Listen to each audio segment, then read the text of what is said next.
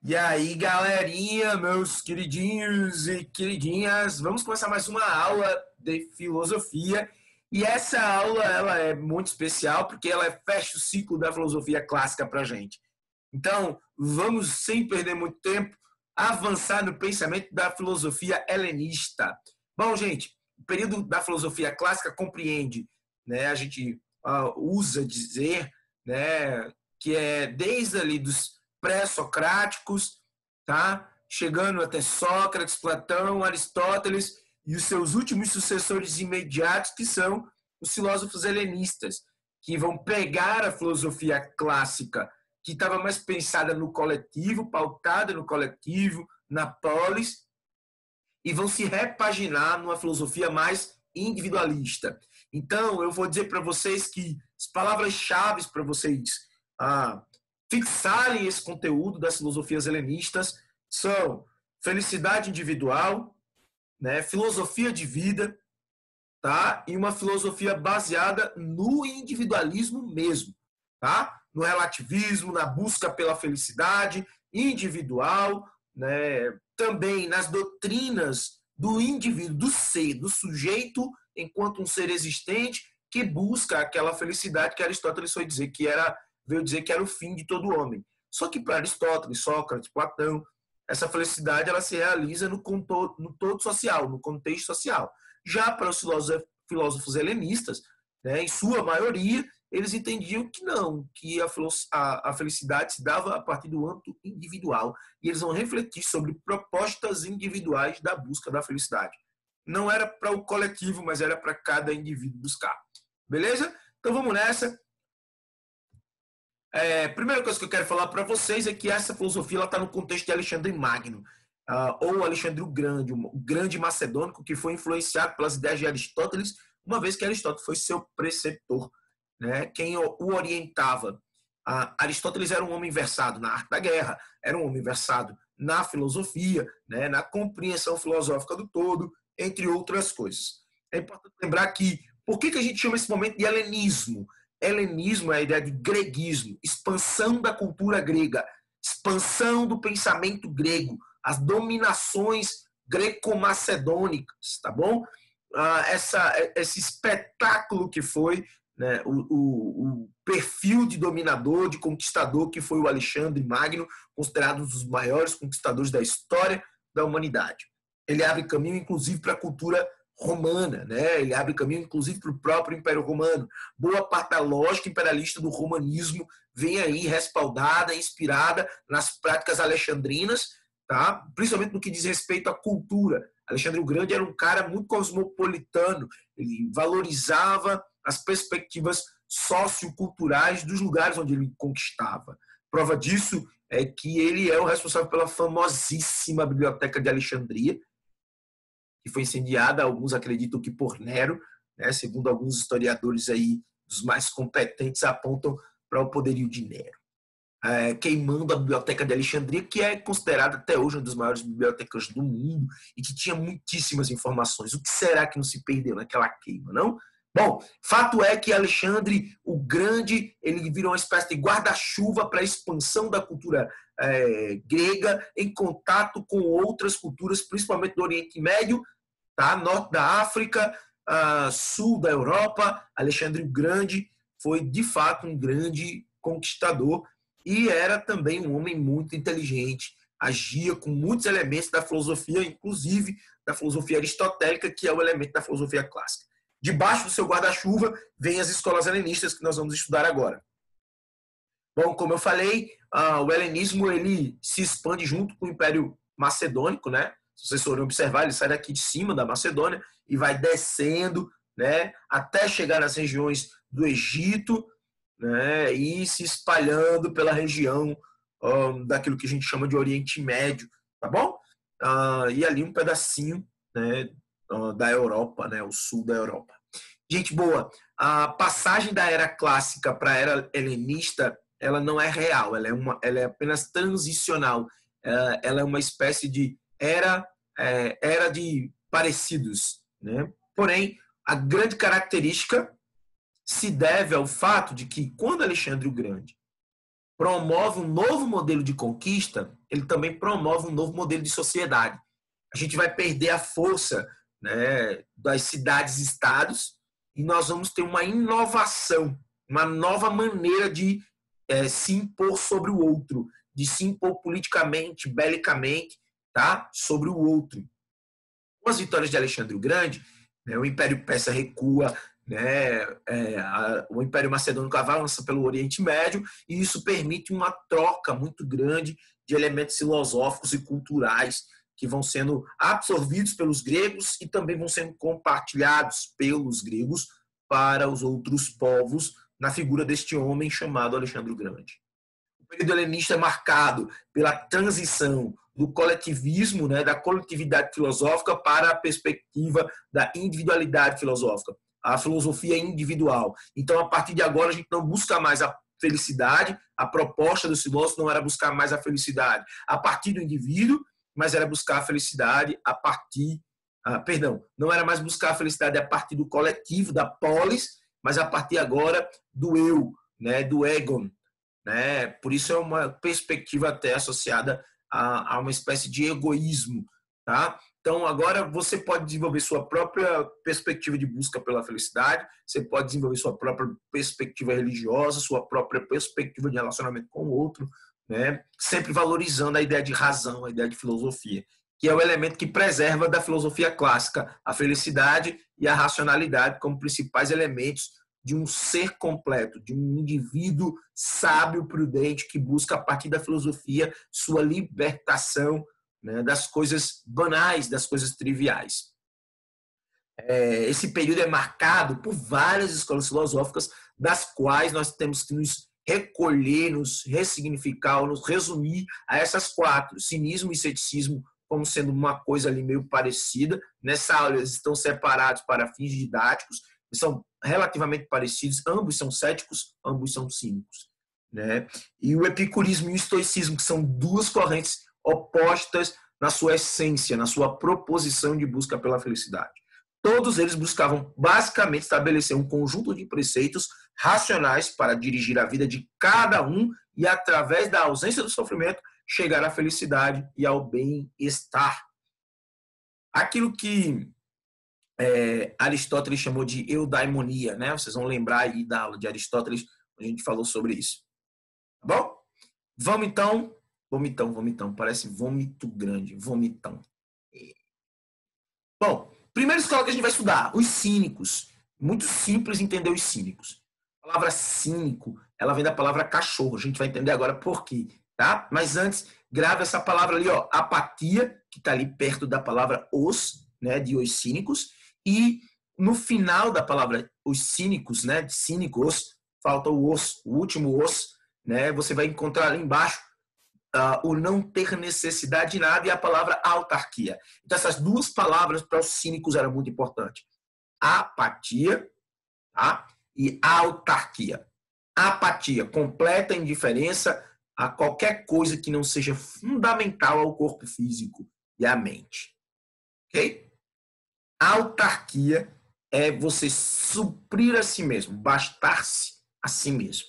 É você não precisar de nada que os outros possam ter que corra o risco de lhe escravizar, de lhe colocar sob a dependência do outro. Por isso, a autarquia, aquele que tem o poder em si mesmo. Beleza? Esses são os principais elementos da filosofia dos cínicos. Os cínicos começam ali com Antístenes, por volta do ano 440 a.C., entre 440 e 336, que é o período de vida de Antístenes, o cinismo começa a surgir. Como eu disse para vocês antes, a palavra cinismo significa cão, cachorro, tá certo? E essa palavra ela tem tudo a ver com essa imagem que vocês estão vendo aí. Né? Vocês estão vendo nessa imagem 6 cachorros. Tá? São 4 cachorros no primeiro plano, um cachorro no plano de fundo, né? E o principal dos cachorros do cinismo, o nosso amigo Diógenes. Diógenes de Sinope, figura iconoclástica da filosofia clássica, por inspirar, inclusive, chega a inspirar, inclusive, um grande personagem nosso aqui da nossa cultura latina, né? Pegando emprestado a cultura do nosso amigo Chespirito, né? O autor de Chaves. Chaves morava num barril, mas há alguns que entendem que ele não era um pobre miserável, mas sim alguém que decidiu morar no barril, porque alguns dizem, inclusive, que o nome do seriado é El Chavo del Ocho, porque ele morava no apartamento número 8 da vila, mas preferia ficar no barril. Interessante, né? Pois é, essa é a ideia dos cínicos, usar apenas aquilo que é necessário à sua existência. Então, a ideia é que o cachorro é aquele que tem na sua pele o necessário para se cobrir tanto do frio quanto do calor, come aquilo que lhe está à disposição, bebe aonde lhe for possível beber aquilo que lhe é necessário beber. Eu costumo dar o seguinte exemplo. O cachorro é uma raça tão despreocupada, uma raça animal tão despreocupada, que eu não sei se você já prestou atenção, sei lá, alguma vez que você estivesse indo para a escola e aí começou a chover, né? E você vê os alunos tudo colocando o caderno na cabeça e correndo. Porque nessa hora o caderno vira tipo uma espécie de guarda-chuva. Mas se você olhar ao redor, você sempre vai ver um cachorro pululando tranquilamente enquanto a chuva cai, né? Como se ele ficasse tranquilo. Ué, tá chovendo, mas é normal chover.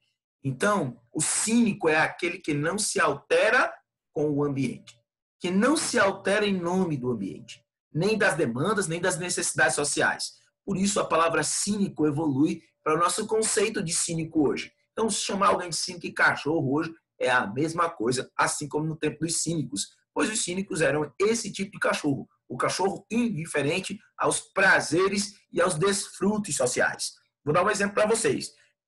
Aqui eu tenho essa imagem icônica também, está lá Diógenes no seu barril, e Alexandre o Grande passa por ele, sabe da fama de Diógenes, diz: Diógenes, o que é que você quer que eu faça? E Diógenes olha para ele e diz: eu só quero que você saia da frente do meu sol. É a única coisa que você tem para me oferecer. Está fazendo sombra que eu não quero sombra agora, eu quero sol. Né?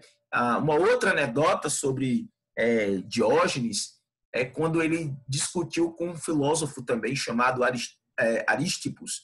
Né? O Arístipos era um filósofo, alguns entendem que herdeiro da tradição sofista, que bajulava Alexandre e para poder garantir a sua vida boa. E aí um dia Arístipos disse para Diógenes: se tu aprendesses a bajular o rei, não precisarias reduzir a tua alimentação para lentilhas. E aí Diógenes dá de volta na cara de Arístipos. Olha o que o Diógenes falou.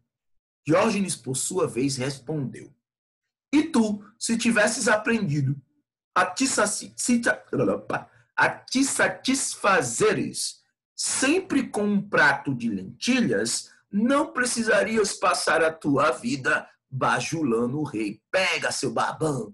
É mais ou menos isso que Diógenes está fazendo. Por quê? Porque para o cínico, nada que lhe causasse prendimento seria bem-vindo. E, antes, pelo contrário, lhe afastaria da verdadeira felicidade, ou da sua única opção de felicidade, que é viver uma vida amena, uma vida tranquila, afásica. Tá? Outro exemplo que a gente podia dar é o Jaimin, né? O carteiro do Chaves. Veja que é cheio de elementos mesmo. Né? Por quê? Porque o objetivo do cínico era buscar a felicidade. Então, a ideia para os cínicos era que você deveria ser livre, inclusive, nas suas próprias ações.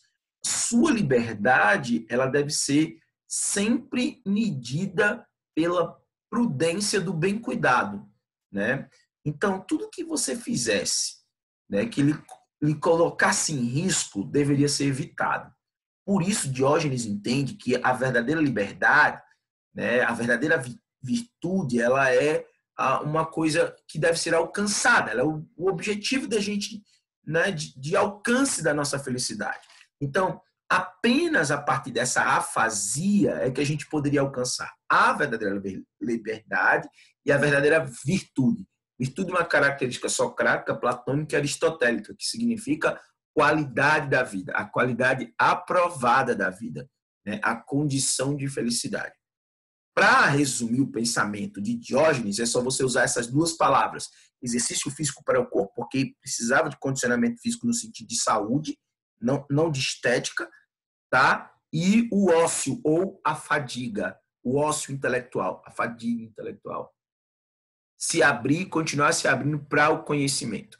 Então, a perspectiva dos cínicos era como a de Jaimin, sempre buscando evitar a fadiga, desprezando, né, as características e os pesos, as pressões, né, da sociedade quanto à estética, quanto à economia, tá, e quanto à política, quanto ao poder. Então, estética, economia e poder deveriam ser ignorados, segundo os cínicos, como estratégia de evitar o sofrimento individual. Tá? A próxima escola são os epicuristas. Essa imagem que você está vendo aí é o jardim de Epicuro, porque Epicuro era um cara tão monótono que ele não tinha o que fazer, pegou a grana que tinha e comprou um imenso jardim para virar uma escola filosófica, uma escola de reflexão filosófica.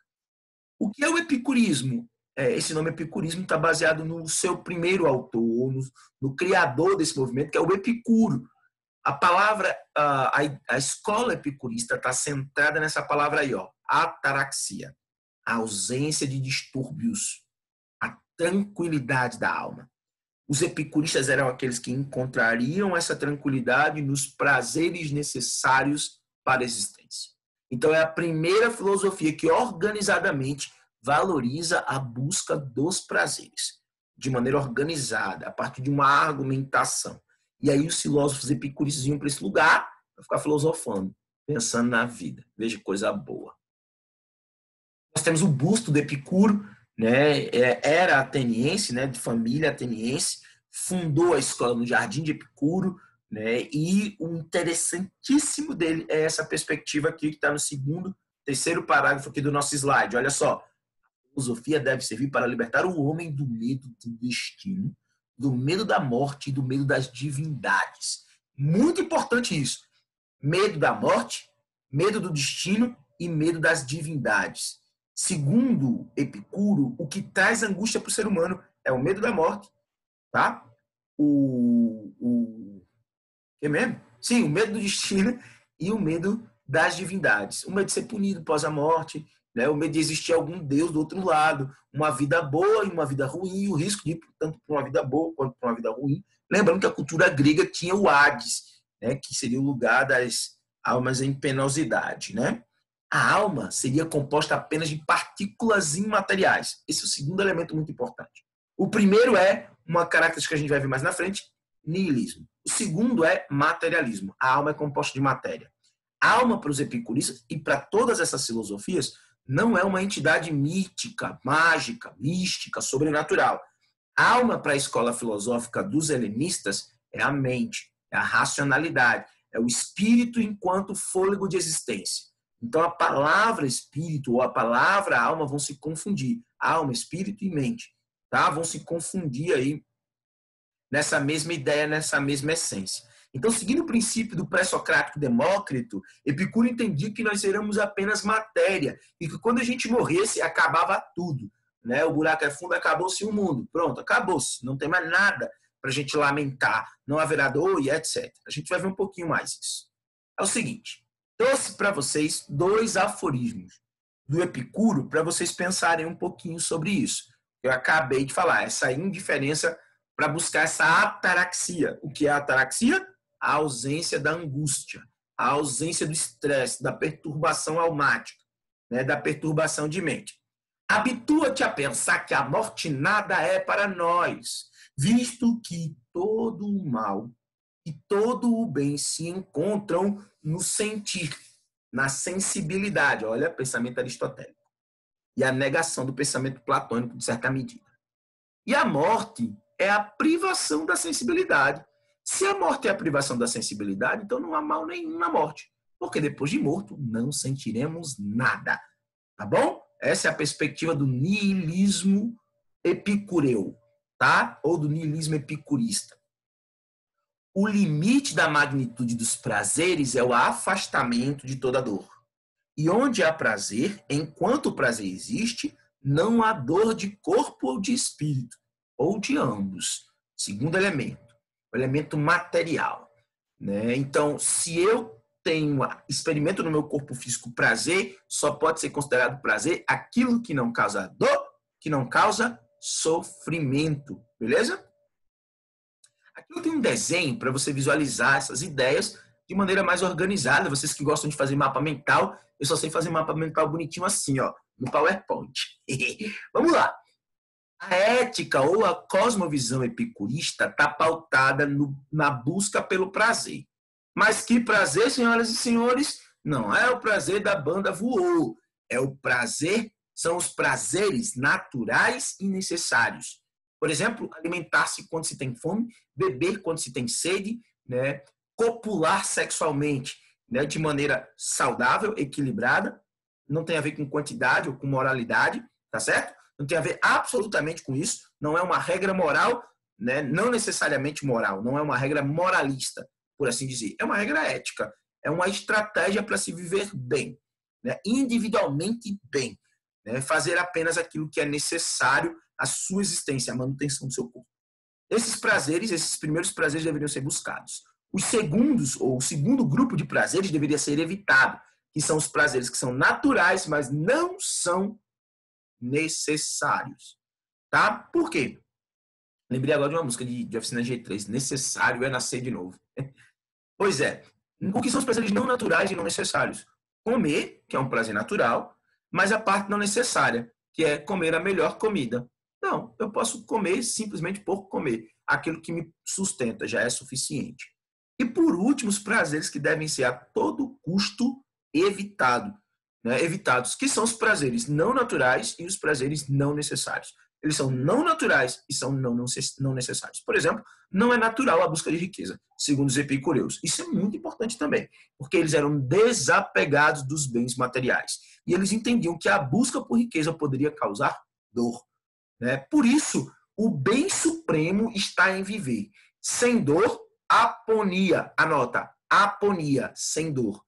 E sem angústia, sem perturbação da mente, ataraxia. Então, ataraxia, sem angústia, sem perturbação da mente, uma alma em paz. Aponia, sem qualquer coisa que te cause dor no corpo. Então, sei lá, aquela musiquinha, todo mundo nu, ninguém é de ninguém, quem bagunçar veste a roupa e vai-se embora, não caberia para os epicureus. Né? O famoso bacanal, que vai se revelar mais na frente, que eu vou mostrar para vocês, no hedonismo, não era bem-vindo, mas os prazeres naturais e necessários que deveriam ser buscados, né, de modo equilibrado e responsável para garantir a sua boa vida aqui na Terra. É interessante que o mal para eles, né, era uma perspectiva altamente materialista. Só pode haver mal enquanto se está vivo, enquanto se sente. A gente já falou um pouquinho disso lá atrás. Então, para eles, o mal não representava nada. Porque o mal, de verdade, ele era sempre impotente diante de uma mente racional. Vamos dar os exemplos. Por exemplo, por que eu não preciso ter medo da morte? Porque a morte só existe quando nós não existimos. Você tem medo, na verdade, do que você pensa sobre a morte, segundo os epicureus. Né? Então, você abre mão de ter medo da morte, porque quando a morte está, você não está. O ser não está. O sujeito não existe. Ou existe morte, ou existe sujeito. Então, enquanto eu existir, eu não tenho morte. A morte não me tem. Então, eu não preciso temê-la. E isso me causa ataraxia. Isso me causa tranquilidade. Tá? O mal da alma, da perturbação, se cura com filosofia. Então, ignore. Seja indiferente aos problemas ao seu redor. Seja apático. Terceiro, se o mal do corpo lhe acometer uma dor física, aponia, né, uma ponia no caso, se a dor lhe acontecer e for uma dor leve, a gente suporta, de boa. Se for uma dor intensa, vai durar pouco, porque vai te levar à morte. Se vai te levar à morte, tu não precisa continuar te preocupando, porque a morte vai vir para você deixar de existir. E quem deixa de existir não sente dor, está em situação de aponia. Então, sabendo que nem a morte, nem a dor promovem mal sobre você, racionalmente seja apático. Ou seja, seja indiferente. Por isso, eu destaquei essas duas palavras que a gente já falou mais cedo. Nihilismo. É a corrente ou a ideia filosófica de que não há nada. A palavra nihil, em latim, significa nada. É como se eles fossem nadistas. depois da vida não há nada. Como Demócrito ensinava, depois que o homem morre, ele vira pó, matéria. Então não há mais nada com que se preocupar. Não há deuses depois da morte. Não há Deus depois da morte. Não há Jesus depois da morte. Não há o céu, não há o inferno, não há o lugar de Tupã, não há Valhalla, né? Não há nenhum lugar depois da morte, segundo a filosofia epicurista. Por isso mesmo eles eram materialistas, porque só há a matéria. Enquanto a matéria existe, existe a nossa possibilidade de viver. Quando a matéria deixa de existir, não existe nada, né? Portanto, o resumão da filosofia epicurista é esse. Não há nada depois, então viva a sua vida de modo moderado para não lhe causar nenhum problema aqui e agora. Viva evitando as dores e as perturbações da vida. Fácil, né? Bom, só que tem um projeto que nasce depois do epicurismo, né? Ou nasce com o epicurismo, ou é identificado a partir do epicurismo, que é a doutrina que encontra no prazer o sumo bem e na busca desse prazer o fim último da vida de qualquer homem. Essa doutrina hedonista é dos cirenaicos, que todavia, embora pregando a busca do prazer do momento e até a superioridade dos prazeres sobre o corpo e sobre a própria alma, condenam os excessos e consideram indispensáveis manter um domínio de si mesmo ao experimentar os prazeres. Eles são mais rebeldes do que os epicuristas no início. Só que, passando para frente, olha só, muito mais refinado o epicurismo do que o hedonismo. Tá? Então, muito mais refinado é o hedonismo dos epicuristas. O que são os epicuristas? Uma versão mais moderada do hedonismo. Tá? O hedonismo é a perspectiva do prazer, inspirado em Baco. Tá? E os epicúreos vão trazer um certo equilíbrio para a parada. Só que, nesse entreposto entre o pensamento hedonista e o pensamento epicureu, nós vamos encontrar o hedonismo radical. De fato, Epicuro julga de modo positivo somente os prazeres naturais e necessários, assim como a gente já viu agora há pouco, experimentados com grande medida. O prazer supremo para Epicuro consiste na ausência da dor, aponia, lembram-se? Tanto física como espiritual, ataraxia. Na linguagem comum, geralmente erramos quando chamamos de epicuristas, o hedonista desenfreado. Este corresponde exatamente ao contrário do que o Epicuro histórico pregava.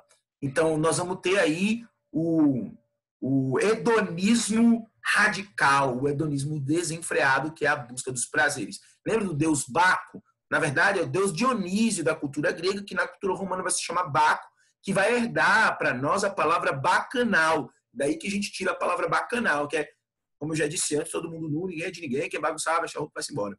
Né? Bom, próxima escola é o estoicismo. Essa, gente, é muito interessante. Por quê? Porque ela vai se parecer muito com o cristianismo. Né? O estoicismo é uma mentalidade filosófica que se inspira, né, em Zenão, mas outros nomes são muito mais conhecidos que Zenão, como esse cara que você está vendo aí, mais um pouco na frente a gente vai trazer ele de volta, que é o Marco Aurélio, que foi imperador romano. Olha o que ele diz no livro Meditações, número 4, aforismo 17. Não faça como se você fosse viver 10.000 anos. A morte paira sobre você. Enquanto vive, enquanto está em seu poder, seja bom. Olha que diferença do epicurismo. Agora a gente já tem um pressuposto ético moral mais parecido com o da nossa contemporaneidade. E vocês vão ver por quê. Zenão era o fundador do movimento estoico. Por que esse nome, estoicismo? Porque eles se reuniam num lugar chamado Stoa Poikile. O que é Stoa Poikile? Está traduzido já, pórtico pintado. Eles se reuniam no portão e ficavam ali conversando naquele portão, e eles ficaram conhecidos como os filósofos do portão. Literalmente o que significa estoicismo. Segundo essa tradição, os filósofos que vieram a partir da perspectiva de Zenão entendiam que o prazer e a dor não tinham importância. Que você deveria ignorar tanto os prazeres, todos eles, quanto as dores. E era assim que você alcançaria a felicidade, se você fosse friamente indiferente. Tanto às dores quanto aos prazeres. Mesmo sentindo dor, você alcançaria uma condição tal na sua razão, na sua intelectualidade, que você dispensaria o medo da dor ou a preocupação com a própria dor. Muito mais ainda, com a necessidade de sentir prazer. Você aprenderia a abrir mão dos prazeres. Um outro famoso estoico é o Sêneca. Sêneca, ele serviu na época do imperador Nero. Inclusive, Nero é o cara que perde a cabeça dele, viu? Ele vai para uma banheira, morre na banheira, né? Pede para morrer, pede a forma de morrer, né? Vai para essa banheira e morre, né? Com um veneno que o vai paralisando. O nome do veneno é cicuta, né? Vai aliviando sua dor. Ele corta os pulsos antes e depois toma cicuta para apressar o processo de morte, né? Como ele escolhe morrer. Olha só alguns pensamentos aqui do Sêneca.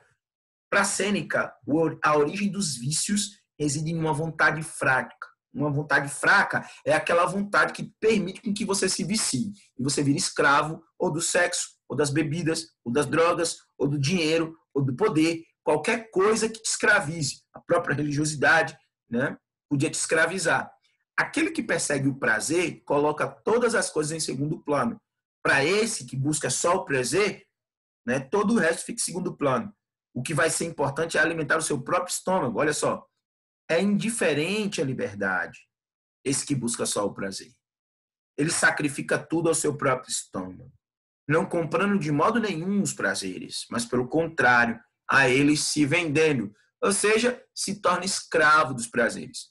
O homem sábio, pelo contrário, opta pelos prazeres da alma, os quais são calmos e inesgotáveis, ternos, né, e moderados, bem discretos. Olha, nem sabia que eu tinha colocado esse efeito. O estoicismo, né, quanto mais ele vai pregando, o estoicismo ele vai pregar a ideia de impassibilidade. O que é impassibilidade? É o que a gente vai ver mais na frente, mas impassibilidade é a ideia de resignação. Aprender a aceitar os fenômenos que acontecem com você, porque a vida é repleta, a vida é repleta de fenômenos que nos causam dores.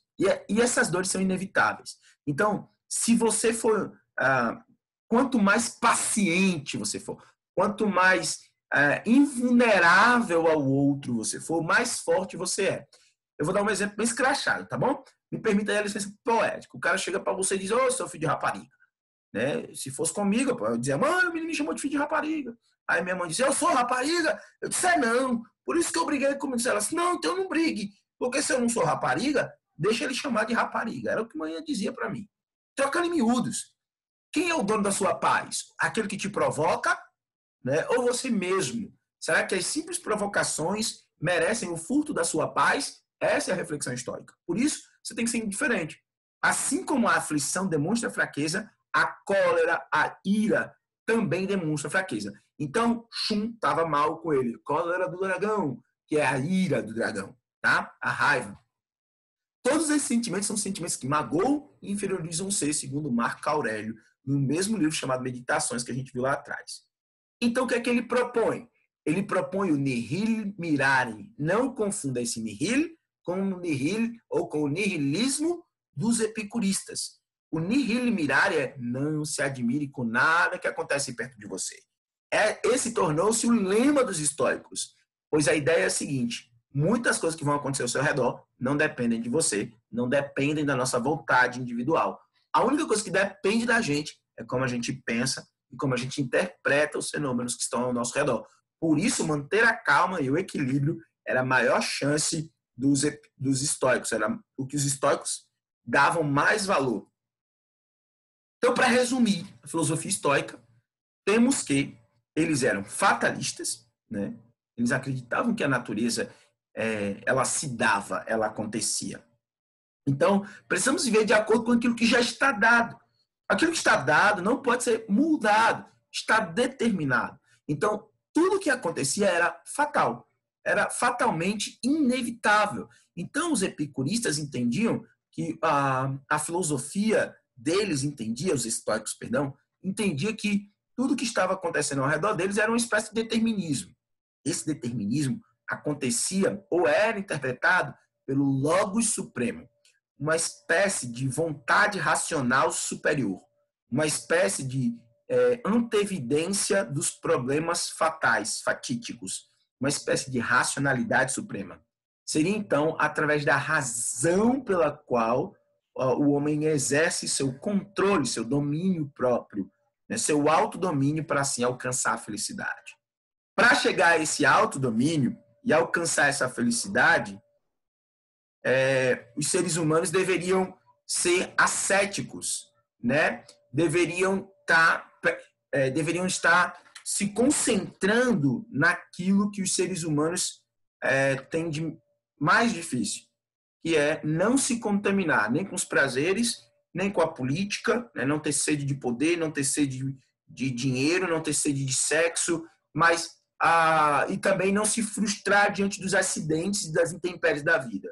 Tá? Isso é o que a gente chamaria, que eles chamavam de resignação, ou a calma estoica, a tranquilidade estoica, está impassível diante de qualquer situação, como o nosso amigo Joseph Klimber. Quem é Joseph Klimber? Joseph Klimber é o exemplo do autodomínio. Joseph Klimber era um homem de sucesso, ele foi tudo o que podia ser, foi piloto, foi músico, trabalhou no correio, e ele foi perdendo os sentidos da sua vida, do seu corpo, até que ficou trabalhando como um peso de papel. Né? Até artista plástico, incorporando Van Gogh, ele tinha sido. Sua fama, então, se esvai, mas ele não perde o espírito de vida, o estilo de vida, porque ele era um estoico. Claro que não, eu estou dizendo que ele era um estoico, porque é uma caricatura do sentimento estoico, aquilo que eu estou apresentando. Tá bom? Vamos dar seguimento? Pois é. Então a ideia é a seguinte: qual é a grande sacada do estoicismo? O autodomínio. O princípio da moralidade se assenta em distinguir o que depende de nós e aquilo que não depende da gente. Então as forças estoicas, elas são uma violência contra a violência. Eu vou mudar a palavra. O sentimento estoico é: vou manter a calma em toda e qualquer situação. Beleza? O sentimento estoico, ele é aquilo que preserva a existência, tá? É aquilo que faz o homem se esconder em si mesmo. O homem se esconde em si, de si e dos outros. Os problemas, as perturbações, as angústias. Então, para os estoicos, a ataraxia, a aponia não ia acontecer, mas a ataraxia podia acontecer. Uma vez que você aprende a lidar com as incertezas e as intempéries da vida. Tá bom? O que nos leva a uma associação imediata, que é feita na filosofia, ela não foi feita por mim, tá? É a associação com o pensamento cristão. O apóstolo Paulo chegou a dizer várias vezes, né? Coisas do tipo: eu aprendi a estar contente em toda e qualquer situação, todas as situações cooperam para o bem daqueles que amam a Deus, mesmo como escravo, ninguém pode tomar minha liberdade. São falas muito parecidas com o estoicismo. E mais, há quem acredite que Paulo trocava a carta com Sêneca, por exemplo. Então, há alguns aí que entendem que há uma profunda associação entre o estoicismo, a negação dos prazeres, a negação dos bens materiais, né? A imperturbabilidade da alma como sendo um objetivo para uma vida mais abundante na Terra, né? Que são práticas pregadas e ensinadas pelo cristianismo, principalmente por Jesus Cristo e pelo apóstolo Paulo, por assim dizer. E por último, senhoras e senhores, nós temos o ceticismo. Ceticismo significa dúvida. Não há certeza ou não há certezas. A única certeza que se tem é que se há dúvida. Então, já que não dá para eu alcançar a verdade plena, eu vou trabalhar da seguinte maneira: eu vou ser indiferente. Essas três palavras aí, ó, afasia, apatia e epoquê, as três estão no campo semântico, no campo de significado de indiferença. Afasia, indiferença a discussões tolas. Apatia, indiferença a toda qualquer relação estética, moral e social. Tá? Epoquê, indiferença intelectual. É o máximo, é uma espécie de nirvana intelectual. Tá? O ceticismo, por assim dizer, seria uma mistura do cinismo, do epicurismo e do estoicismo, né? Só que menos preocupada com se impor como os outros três se demonstravam. Pirro é o fundador do ceticismo. Inclusive, o ceticismo é chamado de pirronismo em algumas situações. participa da guerra, ele tinha uma irmã que era parteira, era um cara referido, reflexivo, monta uma escola, né, e mostra e foi o inventor do boné, ó, da viseira. Acho que eu jogava vôlei de praia, bonitinho. A ideia aqui dele era a seguinte: todos nós precisamos ter uma atitude afática, uma afasia, ou seja, calar e jamais expressar qualquer julgamento definitivo. Assim a gente ia atingir a ataraxia, ou seja, a imperturbabilidade da alma. Sendo assim, nós vamos pôr à parte tudo aquilo que pode nos perturbar, tudo aquilo que pode nos tocar, né? Por meio, como é que a gente coloca tudo aquilo que pode nos atingir à parte? Ser ignorante a tudo isso, ou ignorar tudo isso, por meio da epoquê, onde o sábio poderá viver a vida mais igual, mais amena e, portanto, mais feliz, mais constante. Essa coisa de mais igual aí, ó, é mais constante, mais coesa, uma busca de uma certa coesão perfeita, tá certo? Inclusive, alguns colocam a mesma ideia de que mais igual a Deus, tá bom?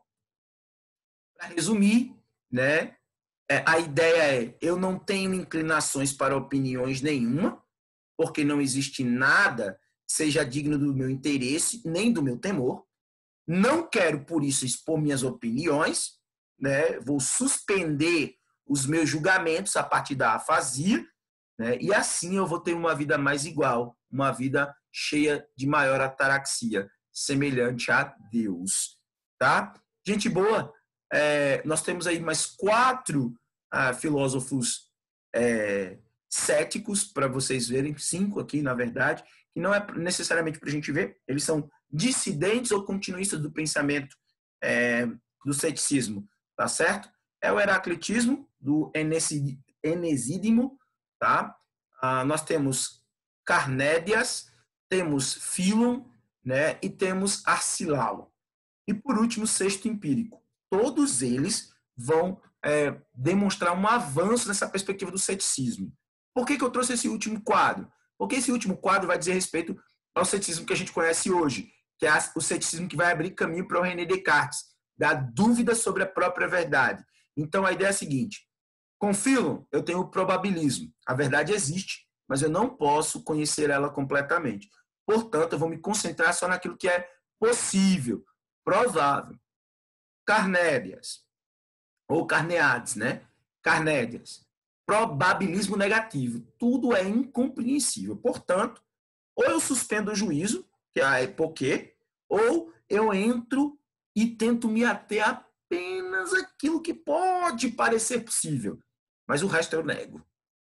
O Enesídimo, ele vai dizer o seguinte: o ser, ele se revela no aparecer. Ou seja, não é a substância que importa, mas sim o acidente. O que é estável, aquilo que muda, a única coisa que importa é que nós somos essa aparência, e essa aparência é sempre tão mutável, então a gente não deve se apegar a ela, né? A aparência das coisas, ela é hoje, não é amanhã, então não se preocupe com a mudança é um fato. Arcesilau. Jamais se verificam as condições para a evidência, falta um critério. Sempre vai faltar alguma coisa. Sempre, sempre. O absoluto de verdade é isso. É que sempre vai faltar uma parte da explicação. Por isso é preciso ater-se apenas aquilo que é razoável, dedutível. Interessante essa do Arcilau. E o sexto empírico, o homem não conhece as coisas, mas apenas o fenômeno das coisas. Ou seja, você não conhece o celular. Você conhece apenas aquilo que você percebe do celular. O quanto esse celular se mostra para você. E você não consegue, na verdade, conhecer o que é o celular de fato. Isso, então, é cinismo, ceticismo, ou seja, dúvida de tudo. Duvido de tudo. Duvido de tudo. Senhoras e senhores, acabamos mais uma aulinha. Essa foi puxada. Demos todo o helenismo. Nessa eram 2 aulas. Eu dei uma condensada, porque a gente teve um problema com a aula, uma última aula, e aí eu decidi condensar 2 aulas numa só, e nós temos aí a missão de revisar. Não esquece de manter o foco, galera, a gente está passando por esse sufoco. Cedo ou tarde a gente se encontra, se não aqui, mas numa sala de universidade. Beleza, galera? Grande abraço para vocês e até a nossa próxima aula. Show, senhoras e senhores. Show Gente, não se esqueça, hein? Mantenha o foco, mantenha a firmeza aí, né? E até a próxima, se Deus quiser. Bye, bye.